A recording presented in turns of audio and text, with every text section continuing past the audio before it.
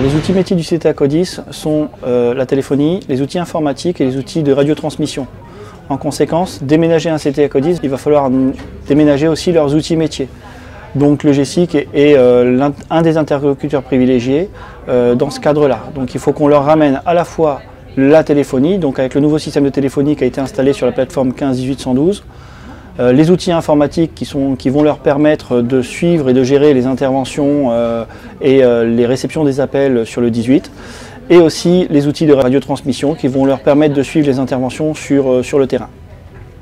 Alors, durant le transfert de notre cœur de réseau de l'ancien site sur la plateforme 15-18-112, on a dû procéder à une coupure de production et donc passer le CTA Codis en mode secours. Donc, ça veut dire que pour la partie radio, elle a continué de fonctionner en mode dégradé, mais ils avaient toujours leurs outils radio. La partie téléphonie restait complètement opérationnelle et on a dû couper les outils informatiques. En conséquence, ils sont revenus sur quelque chose qui fonctionne bien, qui est le stylo et le papier.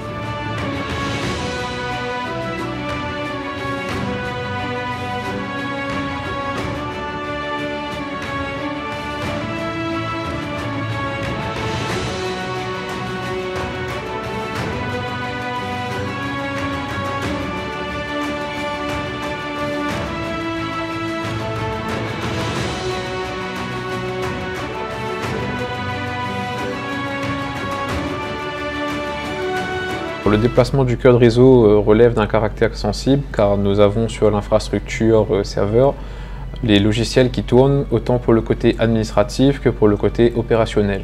Donc c'est-à-dire que ce matin, en éteignant la moitié des serveurs pour le déménagement, nous avons coupé une majorité de production au niveau des services administratifs, mais tout autant du côté opérationnel pour la répartition des appels du 18 et le bon fonctionnement du CTA Codis. Donc nous étions ce matin en mode dégradé, le temps de l'opération afin de dispatcher les équipements serveurs entre le site de Montion et le site du CHU.